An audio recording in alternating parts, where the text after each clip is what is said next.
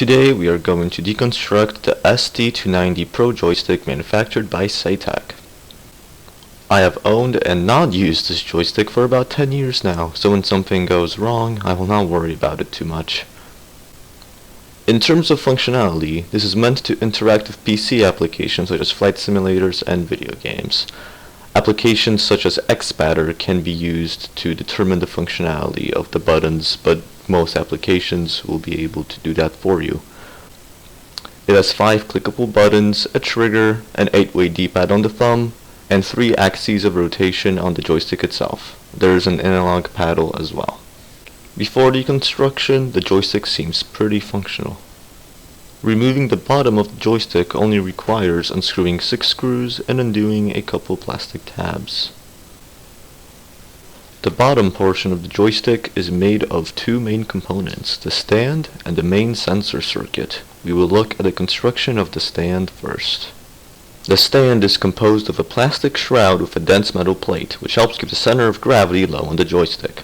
This prevents a lot of the movement with the help of rubber padding under the shroud. The plastic was probably cast in the mold in manufacturing. The second portion of the joystick is the main circuitry. We will need to undo a couple screws to get a better look. There's a lot of lubricant to facilitate swivel, so my hands will get kinda dirty. Inside, there are 2 rotation sensors that are removed by the handle of the joystick. The main circuit board has connections for the 3 rotation sensors found in the base, as well as other inputs on the joystick. The rotation sensors appear to be the same, probably to save manufacturing costs by purchasing in bulk amounts.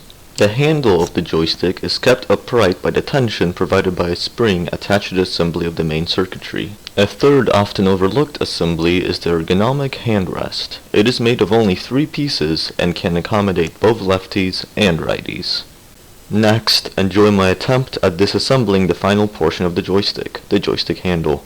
For several minutes I failed to notice a hidden screw under a button cap, but my screwdriver tip was slightly too large to undo it anyway. Prying open the plastic, there is yet another rotation sensor to look at the 3rd axis of rotation.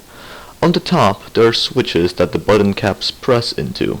There is also an LED with a plastic blue cap. The reassembly was pretty simple, since I kept track of what screws went where.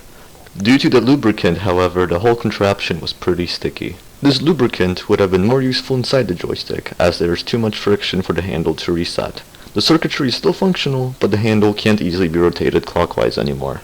Oh well, 2 hours well spent. Overall, this has been a success. Thanks for watching, and stay in school.